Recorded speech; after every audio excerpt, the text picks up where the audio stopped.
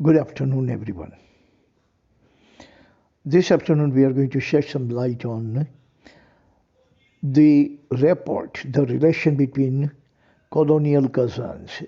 Colonial cousins means Indo-Pak or India-Pakistan. American former President Clinton, William Jefferson Clinton, actually propounded 4 R's to strengthen the relationship, to strengthen the ties, to strengthen the rapport between Indo-Pak so that they can stay away from the conflicts, killing conflict, cataclysmic, devastating conflicts that every single time they resorted to conflict, those conflicts proved to be very devastating, very cataclysmic in the term of human cost as well as material cost. American President, former president, I should say, Clinton has actually given these 4 R's for both the nation to abide by. And they have been abiding by these 4 R's, and thank God that we never had any kind of conflict since 1998. Little skirmishes take place. So these kind of skirmishes always take place between so many nations, including India and China and all other nations. 4 R's are, first R is restrain. Restrain means controlling yourself. President Clinton has been telling both the nations that whoever your leader is, that both the leaders must be controlling themselves, restraining themselves from going to war. Because both the nations are going to be devastated, totally devastated. It would be mutually assured destruction for both of the nations if they go to war. These two nations can never afford a war. They cannot afford the massacre of their soldiers and the massacre of their economy as well. These two nations need economic development, human index development, they need scientological development, all kinds of development in order to provide the best welfare to the masses.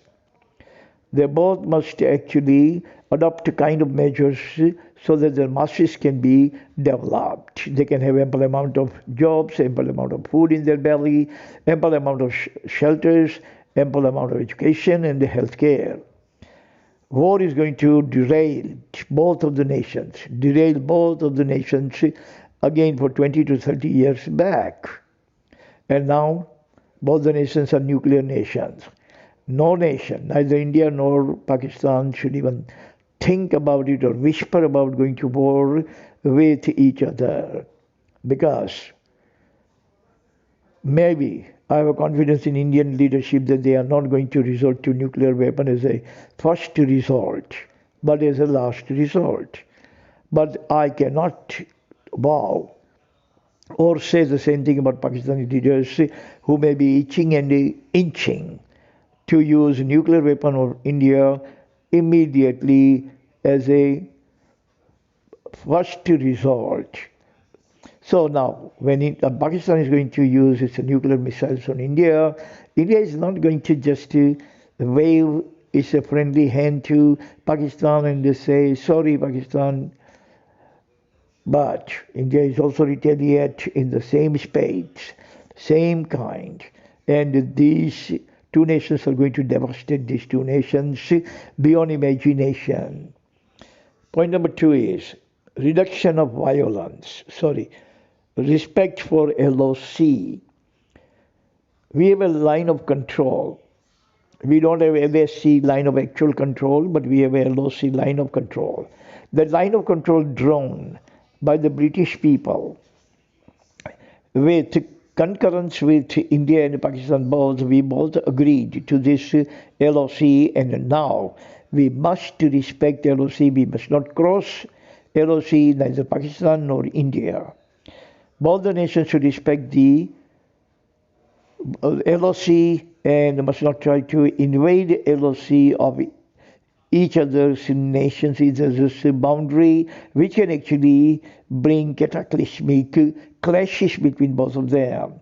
So never cross LOC.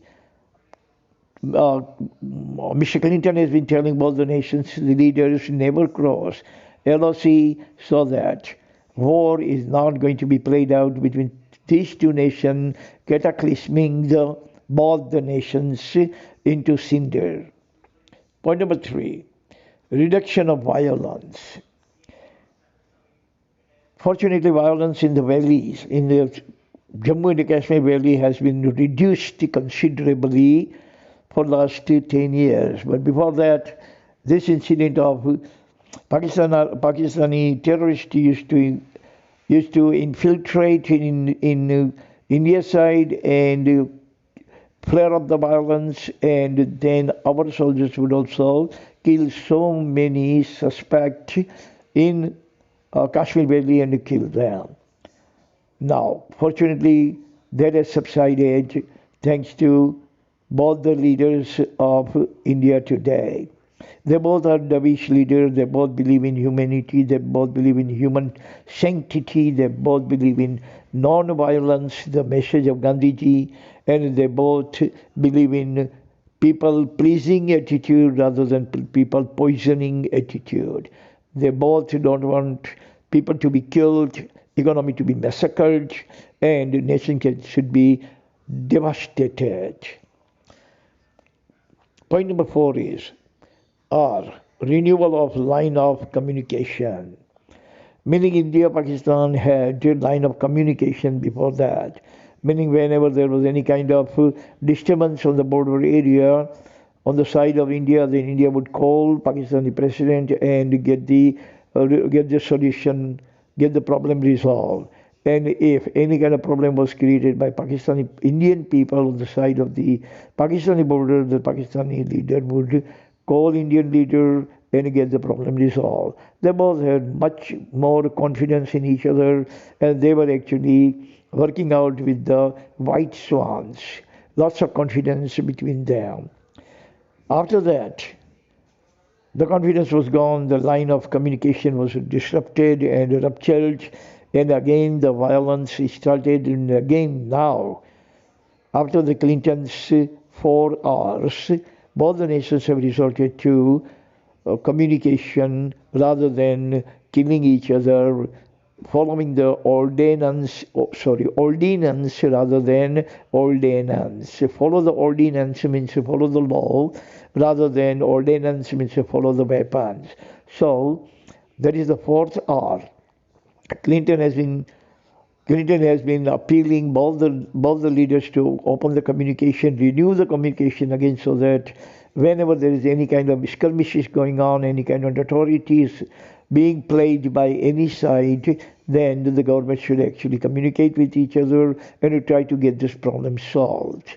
So these are the 4 R by former President Clinton, William Jefferson Clinton, who actually propounded for India and Pakistan both for the colonial cousins, so that both the nations can live, prosper, flourish, and blossom in peace.